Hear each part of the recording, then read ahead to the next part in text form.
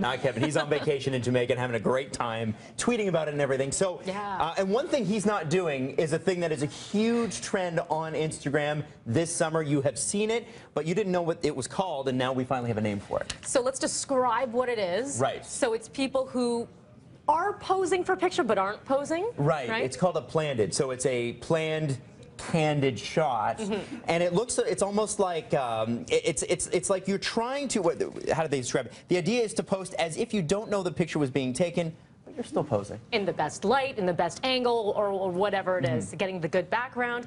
So we thought, April dug up all of our Instagram accounts to see if we do any planneds. Now, Mel, we're gonna start with you. Okay, fine. You can look, and then I have an explanation. There is a planned shot of Mel, and it's a little embarrassing. That's so embarrassing. Okay.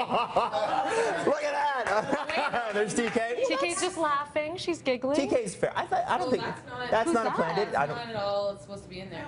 Oh, who are these people? That's planned. That's our engagement shoot.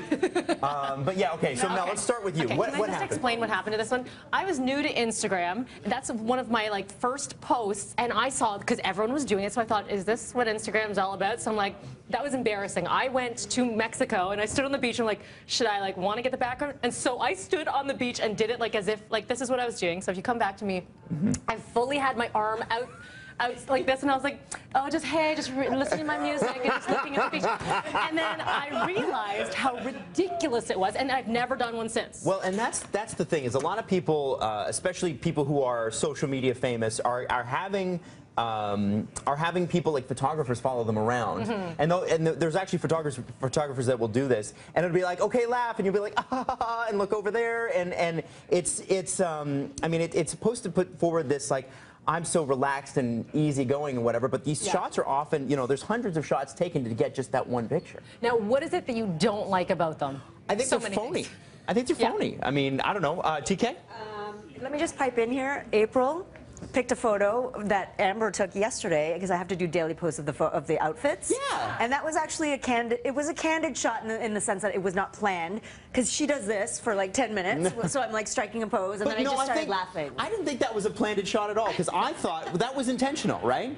That was you have to show off your outfit? She didn't say, hey, laugh. Yeah. And I was like, ha, ha, ha. No, I think... So that was a very natural moment, and she just caught it. Mel's was the most real, although my engagement shots are planned shots as well. It's like, oh, we're having a pillow fight, and there happens to be a photographer in the room. I'm guilty of it, too.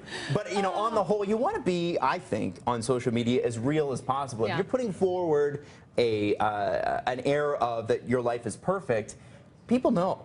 People can see right through it. But at the same time, people feed into it, and they love seeing that sort of stuff. Yeah, I think there's, well, you look at where all the likes are at for a lot of pictures, and it's for those beautiful filtered photos where you're giggling and laughing, and people are in bikinis and whatnot. And we do one right now? We do one in a bikini? No. Not in a bikini, no. Definitely that would not be good. Not. All right, so let's talk about this really weird story, again, that April dug up. I don't know, she's finding some weird stuff today. With this. Do you even wear a watch anymore? No.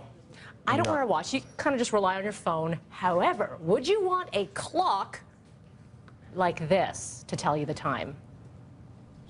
Whoa. Okay, if you listen carefully, do you hear? These are coming out of Japan, a studio based out of Japan. It's called a human clock. So these are digital frames, and so the left eye represents the hour, the right eye the minute, and the mouth the second. And you're supposed to be able to look at that and go, okay, it's, what is it, 7:30 something right now.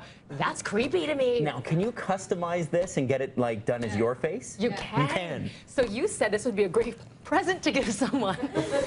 Absolutely. Who would you give this to? I would give one of Kevin Frankish to everybody on set. Building. I think it would be hilarious. I mean, wouldn't it be funny if people walked in and guests walked in and we put them in a green room and it's just all of our faces as a clock synchronized? I mean, I don't think any of those guests would come back. No, maybe not. I think they'd just be done with it. Yeah. Done with it and done with us. I think it's a great gift. It's a great gift idea. I think it's pretty cool. You go order them. You do it. You do it. We have time for our last one? Lastly, okay, world's oldest family has one key to a long life. Now, I want to say the Donnelly family now holds the Guinness Book of World Records for the oldest family with a combined age of 1,075 years. There are 13 siblings, and all they do is eat porridge at 7 a.m.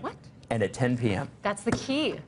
Apparently, or maybe it's just good genetics, which I have a feeling it I might think just it's maybe a combination of the two. Wow. But if I were a company that made porridge, I would be signing this family to a 100%. big contract right now. That's pretty amazing. And then they could do some of their, what are these called again? They're Plandits, eating Plandits. oatmeal. Absolutely. Living a long life, guys. Living a long life. Can you imagine? I don't even have one.